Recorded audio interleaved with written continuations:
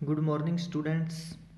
समावेशी विद्यालय का सृजन कक्षा के साथ मैं आप सभी का हार्दिक स्वागत और अभिनंदन करता हूं। हम लास्ट में किया था बाल अधिकारों पर अविश्वसनीय सम्मेलन, और उसमें हमने बालकों के लिए यूनिसेफ का विश्व शिखर सम्मेलन 1990 कर रहे थे। तो हमने कल देखा था कि संयुक्त राष्ट्र संघ है, उसकी एक लीग है यूनिसेफ, जो बच्चों के लिए है। जो जितने भी कार्यक्रम बच्चों के लिए होते हैं वो उससे संबंधित हैं, बच्चों के कार्यक्रमों से संबंधित हैं। तो हमने देखा था कि संयुक्त राष्ट्र संघ है जो अंतर्राष्ट्रीय बाल आकस्मिक कोष UNICEF bird summit for children 1990, जिसकी जो पहला सम्मेलन है, जिसका जो पहला सम्मेलन है 29 और 30 सितंबर सन 1990 को न्यूयॉर्क शहर में हुआ था। और न्यूयॉर्क शहर है जो USA United state of America के तटीय इलाके पर स्थित है। इसमें हमने देखा था कि बालकों से संबंधित सभी प्रकार के अधिकारों की सुरक्षा एवं विकास आदि पर चर्चा हुई थी इस सम्मेलन में। और उसमें हमने कल देखा था कि स्वास्थ्य संबंधी सुझाव दिए थे। जो पहला सुझाव था स्वास्थ्य संबंधी सुझाव था, जिसमें हमने देखा था कि जो ये सम्मेलन हुआ था 1990 में, जिसमें हमने देखा कि पोलियो को मिटाने का संकल्प लिया गया था, जो बच्चों से संबंधित एक विकलांगता युक्त बीमारी थी, उससे मुक्ति दिलाने के लिए संकल्प लिया गया था। इसके साथ साथ टिटनस के कारण अनेक बच्चों की जो मृत्यु हो जाती थी, उनसे बचाने के लिए टीकों का आविष्कार किया गया या टीके वितरित करने के सुझाव दिए। इसके साथ साथ डायरिया से भी मृत्यु हो जाती थी दूषित भोजन खाने से। विटामिन ए की कमी को रोकने के लिए विटामिन ए की खुराक देना। विटामिन ए की कमी से बच्चों में, मैंने आपको बताया कल, के रंतोदी और खून की कमी हो जाती है। इसके साथ साथ आयोडीन युक्त भोजन खाने के लिए भी कहा था, क्योंकि इससे गलगंठ या घेंगा नामक बीमारी हो जाती है। और बालकों में खून की कमी को रोकने के लिए उपाय किए जाने पर चर्चा हुई थी इस बैठक में। बालकों के लिए जो यूनिसेफ का विश्व शिखर सम्मेलन 1990 में हुआ था इस पर। इसके साथ साथ खसरा रोग है, रोग प्रतिरोधक क्षमता विकसित करना, जीवाणु एवं विषाणु से होने वाले रोगों की रोकथाम करने पर व्यापक चर्चा हुई थी। स्वास्थ्य संबंधी जो सुझाव थे उसमें। तो आगे नेक्स्ट है उत्तरजीविता, सर्वाइवल। तो यूनिसेफ का जो विश्व शिखर सम्मेलन 1990 जो न्यूयॉर्क शहर में हुआ था यूनिसेफ का, तो उसमें जो उत्तरजीविता का लक्ष्य भी निर्धारित किया गया था। इसके अंतर्गत जन्म के बाद बालकों की सुरक्षा संबंधी कुछ उपाय सुझाए थे। 2-3 उपाय हैं। तो वो उपाय कौन कौन से थे? जन्म से संबंधित है उत्तरजीविता में। जो उससे पहले देखो, जो 1990 का जो शिखर सम्मेलन हुआ था यूनिसेफ का, उससे पहले बच्चों की जो न्यू बॉर्न चाइल्ड थी, नए जन्मे बच्चों की शिशु मृत्यु जिसको कह सकते हैं, शिशु मृत्यु की दर बहुत अधिक थी। तो उसको लेकर जो ये सम्मेलन था यूनिसेफ का विश्व शिखर सम्मेलन 1990, इसमें काफ़ी चिंता जताई गई थी। और इसके जो उपाय सुझाए इन्होंने, वो प्रमुख इस प्रकार थे कि जन्म के बाद कुछ बालकों की मृत्यु हो जाती है, ज़्यादातर बालकों की मृत्यु हो जाती है। मात्र में जो शिशु मृत्यु थी वो बहुत ज़्यादा थी। जन्म के बाद अनेक बालकों की मृत्यु हो जाती थी, क्योंकि उसके अनुरूप जो भोजन था उसकी व्यवस्था नहीं हो पाती थी। और इसके साथ साथ बच्चों में असुरक्षा और कुपोषण का शिकार हो जाते थे। इसके लिए भोजन सुरक्षा संबंधी उपाय प्रत्येक परिवार में जन्म लेने वाले बालकों के लिए किए जाने चाहिए। ऐसा सुझाव बालकों के लिए यूनिसेफ का विश्व शिखर सम्मेलन 1990 में दिया गया। यानी कि जन्म के बाद 1-2 साल बाद या तुरंत ही बच्चों की कुपोषण के कारण या असुरक्षा के कारण उनकी मृत्यु हो जाती थी। तो उस मृत्यु दर को कम करने के लिए सुझाव प्रस्तुत किए थे, और उस पर इन्होंने अपने विचार व्यक्त किए कि शिशु मृत्यु दर को कम किया जाना चाहिए। दूसरा बिंदु है बालकों की जन्म के बाद ही मृत्यु हो जाती है, जिसके अनेक कारण होते हैं।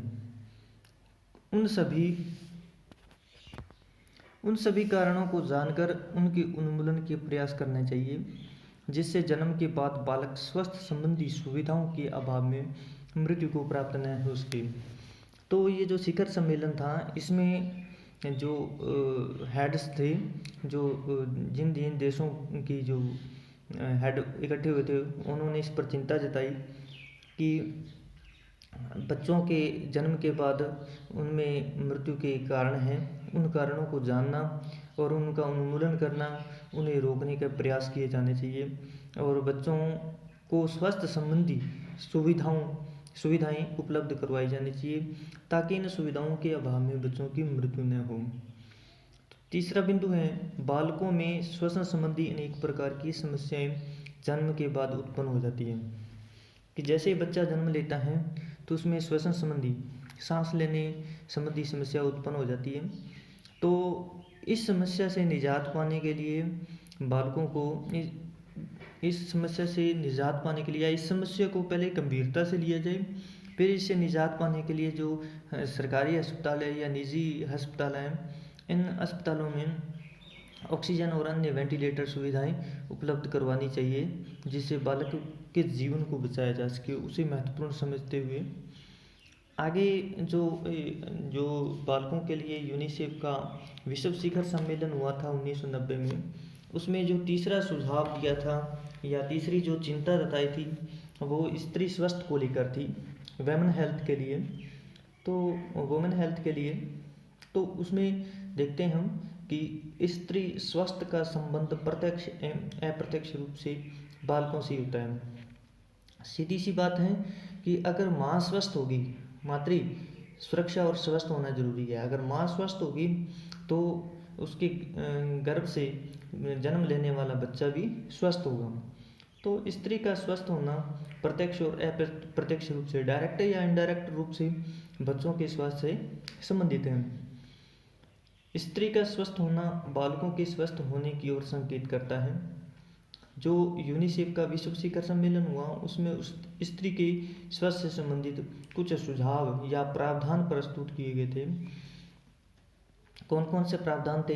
1 नंबर पर देखिए, सभी गर्भवती स्त्रियों के लिए पौष्टिक आहार एवं उचित आयरन की खुराक आदि की व्यवस्था होनी चाहिए।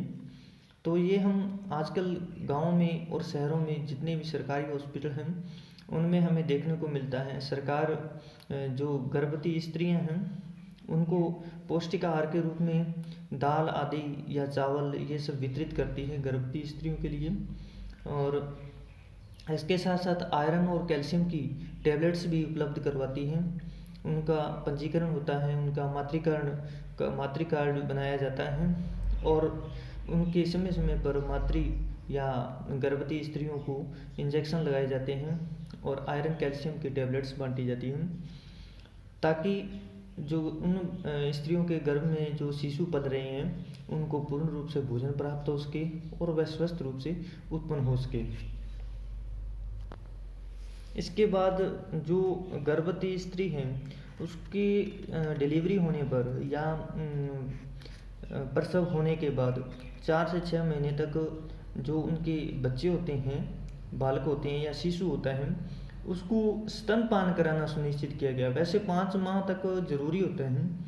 अगर ऊपर का दूध पिलाया जाए या पानी पिलाया जाए या अन्य कोई भोजन सामग्री दी जाती है तो बच्चे में इन्फेक्शन हो जाता है। उस इन्फेक्शन को रोकने के लिए 4 से 6 महीने तक जो यूनिसेफ का शिखर सम्मेलन 1990 हुआ था, उसमें ये बात कही गई थी कि 4 से 6 महीने तक जो बालक होता है या शिशु होता है उसको माँ द्वारा स्तनपान करवाया जाना, यानी कि माँ का दूध पिलाया जाना सुनिश्चित किया जाए।